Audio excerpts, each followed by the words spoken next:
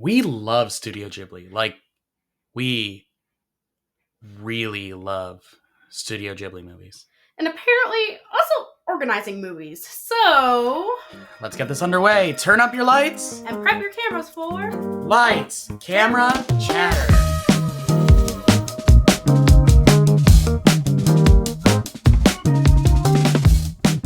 Hello and welcome to Lights, Camera, Chatter, where we pause, rewind, and play our way through our favorite cinematic beats. We're your hosts, Noah Gorman, and Laurel Pung. a couple of teachers from Southeast Michigan. Today we are organizing Studio Ghibli films into tiers. We gave our tiers names to better get the point across, because let's be honest, these are all great movies.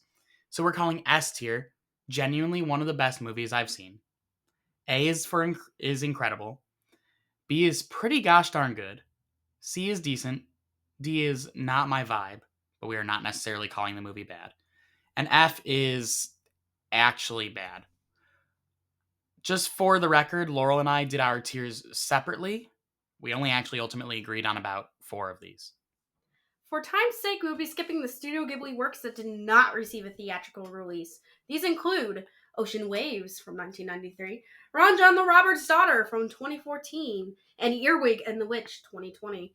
As we go down the list, we will also, of course, be passing over any movies that both of us have not seen, though these movies will still be acknowledged.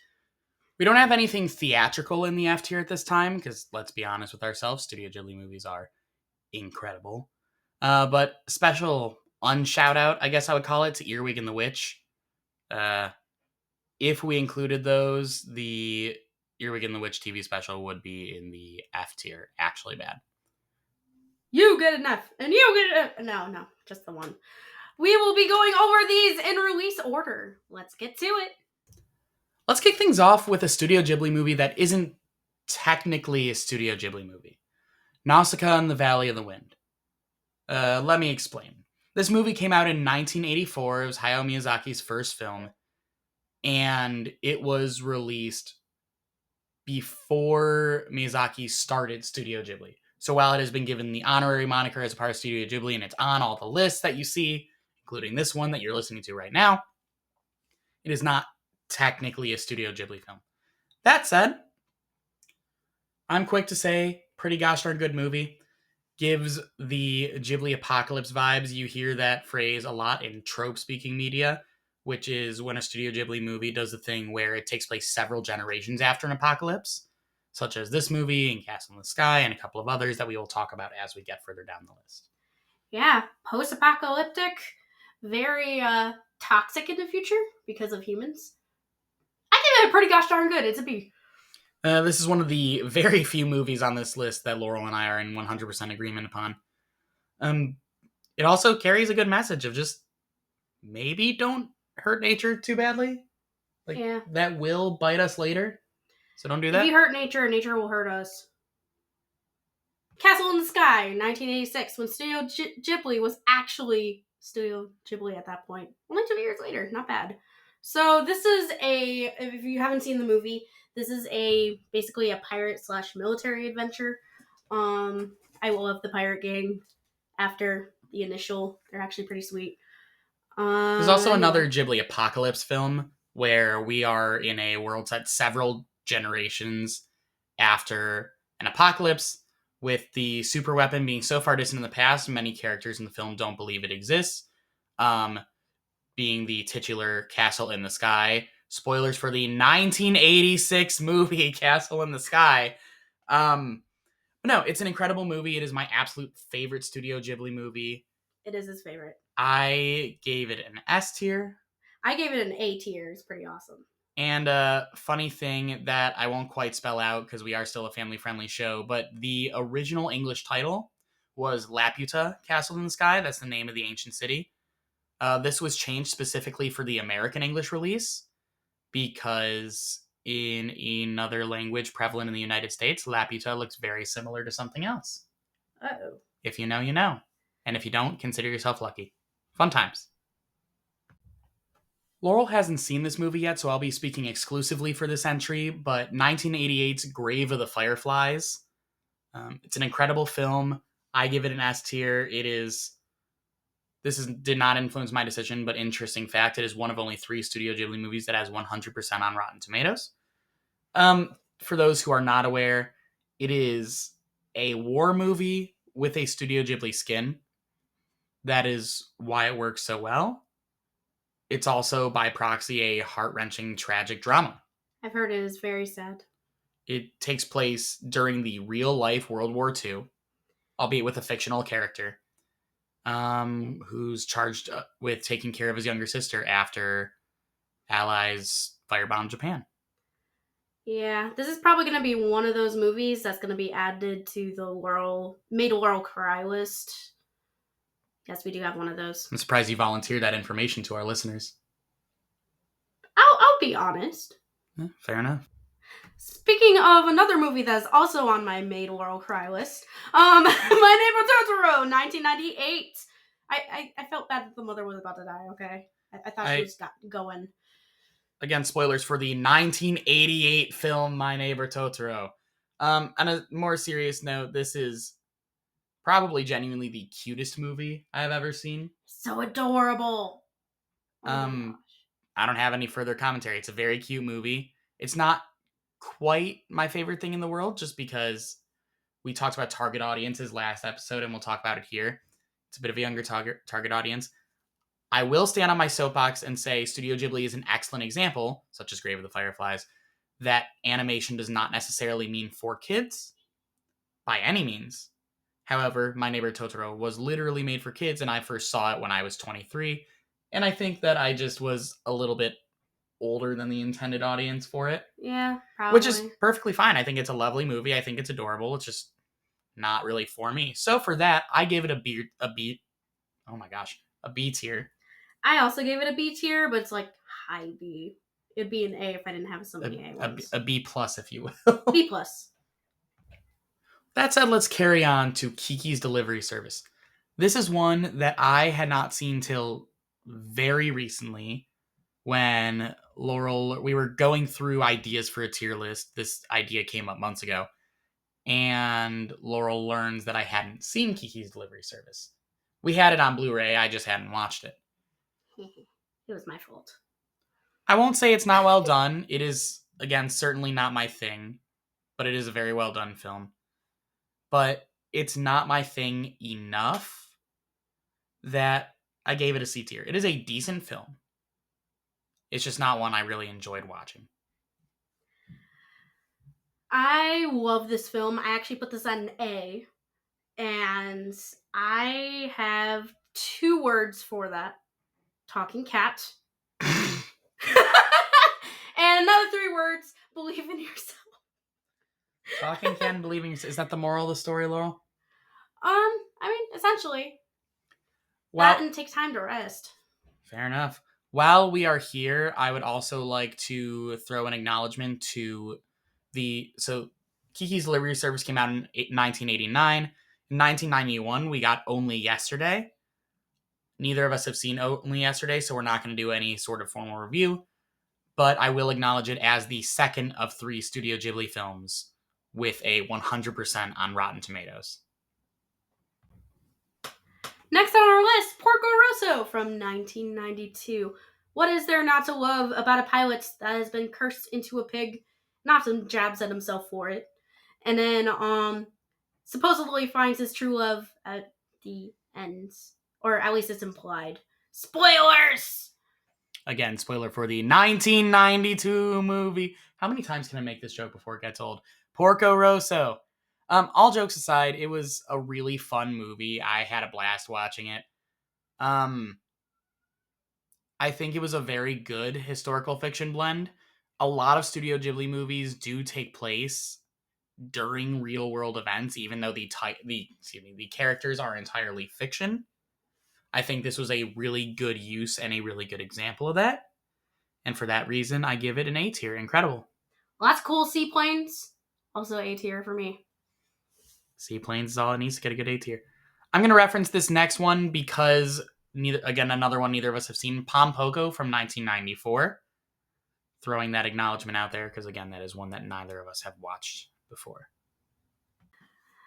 Next on this list is Whisper of the Heart from 1995. And unfortunately, I'm the only one that's seen it because I haven't been able to drag Noah to watch it quite yet. Oh, no. Sarcasm. In my defense, I can see your rating on the paper. Anyways, I give it a C. I actually like the spin-off, The Cat Returns, a lot better. We'll talk about that one further down the list. This one is about a young girl that becomes a writer and is refining her writing. It takes a while. There's a Country Roads is sung in this movie for some reason. Anyways, it's a C. Let's move on. Worth noting also, isn't this one of a few Studio Ghibli movies that's based on another IP, right? It's based on a manga. Oh yeah, it is. Cool. Same title. Princess Mononoke from 1997. This one sits happily in my top 5. The only reason I didn't give it an S tier is because we agreed beforehand, Laurel and I, that we were going to limit our S tiers each to 3 movies at most. That said, very good movie. I had a blast watching it. This was a movie I first saw back when I didn't know much about Studio Ghibli. So, very short version of the story. I first saw Spirited Away in 6th grade in a world language class, and then I didn't see any more Studio Ghibli movies till college. At that point, I wanted to get into it because I heard they were really good. First one I went to was Princess Mononoke. Again, another great example of not every animated film is a kid's film. Very good work of that. But on a more serious note, I really enjoyed. I certainly did not expect what I saw, and I really enjoyed it. The music is awesome. Princess Mononoke herself is girl boss. Ranking an A. Another one of the few movies that we both agreed on the same rating. After this, we had My Neighbors the Yamadas from 1999. Another one that neither myself nor Laurel has seen, but one that I have heard decent things about and we will have on our watch list in the near future. Next up is Spirited Away from 2001. Again, spoilers. A 10-year-old that gets essentially spirited away because her parents tried to pay for food that spirits made with credit cards, and they don't take credit cards or cash, unfortunately. That is a gross oversimplification of the inciting accident, but no less. Spirited Away is an incredible movie. As I said, it was the first Studio Ghibli movie I ever saw, and I think it's probably a lot of people's first Studio Ghibli movies. It was my first Studio Ghibli movie. As I said, I got to watch it at school, which was kind of cool. We had a world language class. It was 1 quarter long. You spent half the class learning Spanish, half the class learning Japanese. It was a whole thing.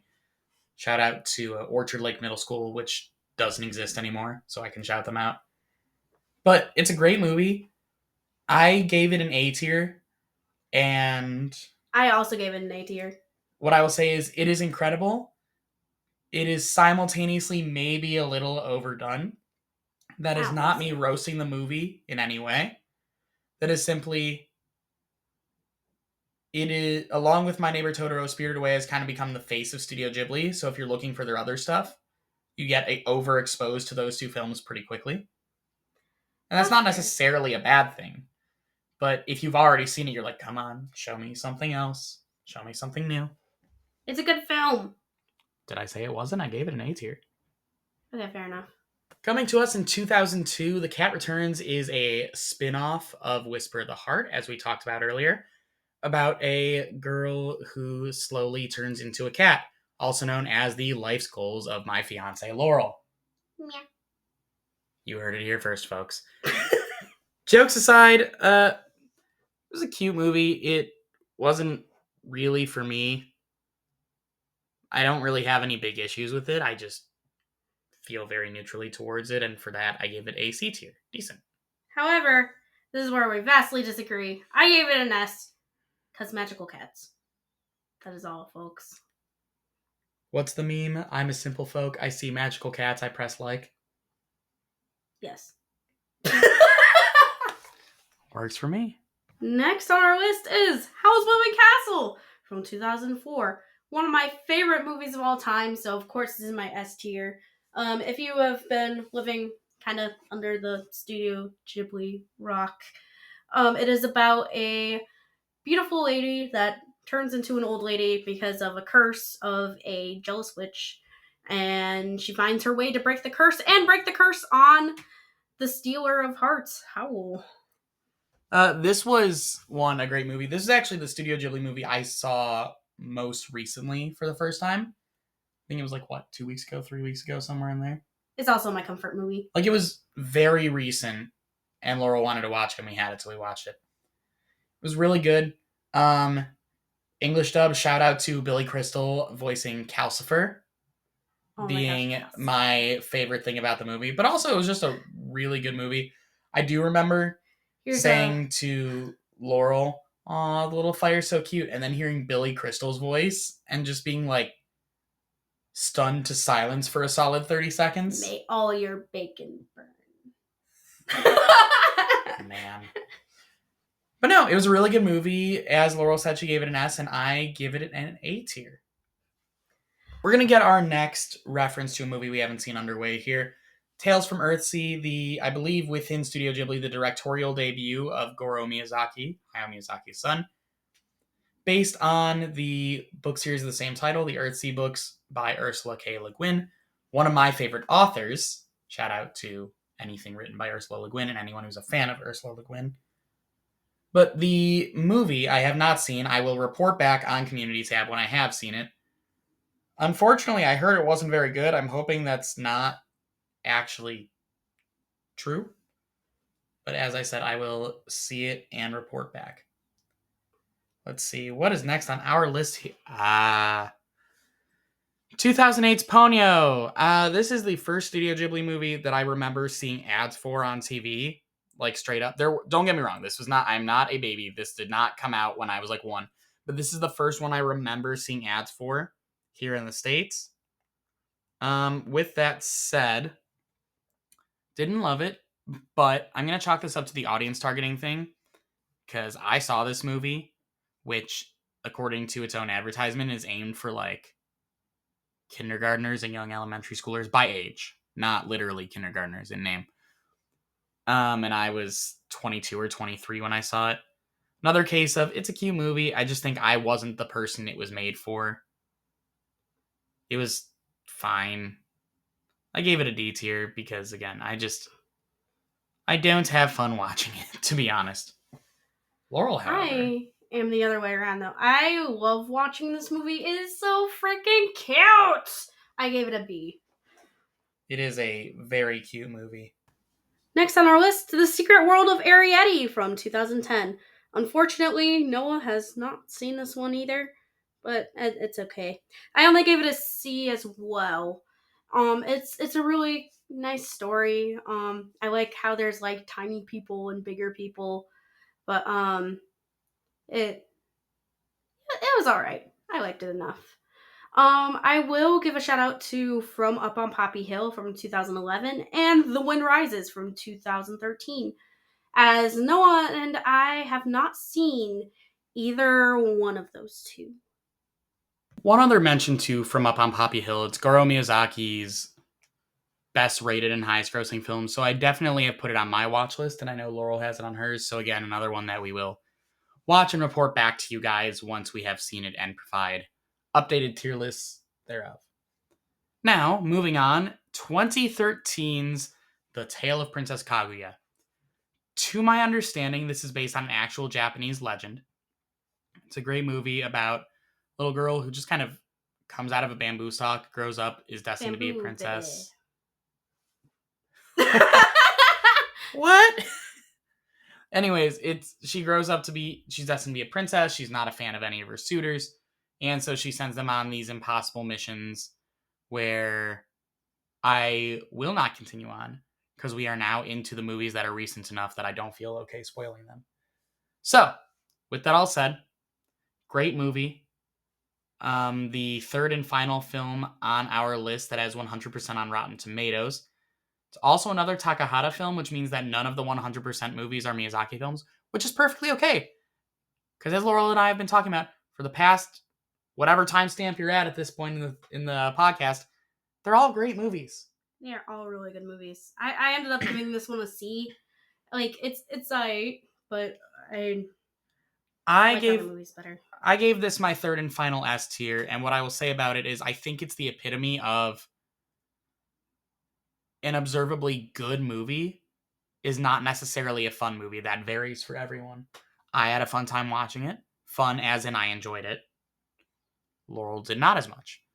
Now, that all said, since we've been acknowledging Laurel's list this entire time, I will point out this one also contributed. So, another one that if you watch this, be prepared to cry if you cry easily. And that's okay. Just, be mentally prepared to cry if that's something you do easily. I'm going to give another nod to 2 more Studio Ghibli movies that we have not seen. The final 2 Studio Ghibli movies that we have not seen on this list. 2014's When Marnie Was There and 2016's The Red Turtle. I'm going to keep this relatively short because I don't want to spoil too much of The Boy and the Heron from 2023. I gave it an S tier. Cool magic stuff, cool fantasy world. I highly recommend. So, 1, love this movie. I would have given it an S tier if I was not out of S tiers. So I gave it an A. This got to the States in December of 2023. We both saw it in theaters. It was really and cool. It quickly climbed to the top or near the top of both of our lists because it was just a really good movie. No further contest on that. We saw it. We liked it so much that we got the collector's edition steelbook. And Laurel has a matching tattoo with her brother of Wara Waras on her ankle. That part is true. That is entirely true. They're very cute. Yeah, incredible movie. Very cosmic. Very... Honestly, it kind of feels like it was written by a philosophy major, which is always kind of funny. Also worth noting, this is the second or third time that Miyazaki said he was retiring. Yeah. He had said he was retiring and then came back to make this, so we'll see if he stays retired or if he comes back and makes another one. Alrighty, so just so our tiers are in order, here are the tier lists. So, genuinely, one of the best movies I've seen, or my S-ranked ones, are The Cat Returns, Howl's Moving Castle, and The Boy and the Heron. My incredible A-list is Nausicaä of the Valley of the Wind, Castle in the Sky, Kiki's Delivery Service, Porco Rosso, Princess Mononoke, and Spirited Away. My pretty gosh darn good B's are My Neighbor Totoro and Ponyo. And my decents are Whisper of the Heart, The Secret World of Arrietty, and The Tale of Princess Kaguya. And I did not have any that were not my vibe or D, because they're all my vibe. It's Studio Ghibli. The existence of Studio Ghibli is your vibe. Yes. That's why you boop the Wada Wadas for luck. Yeah. They're not going to have any idea what that means.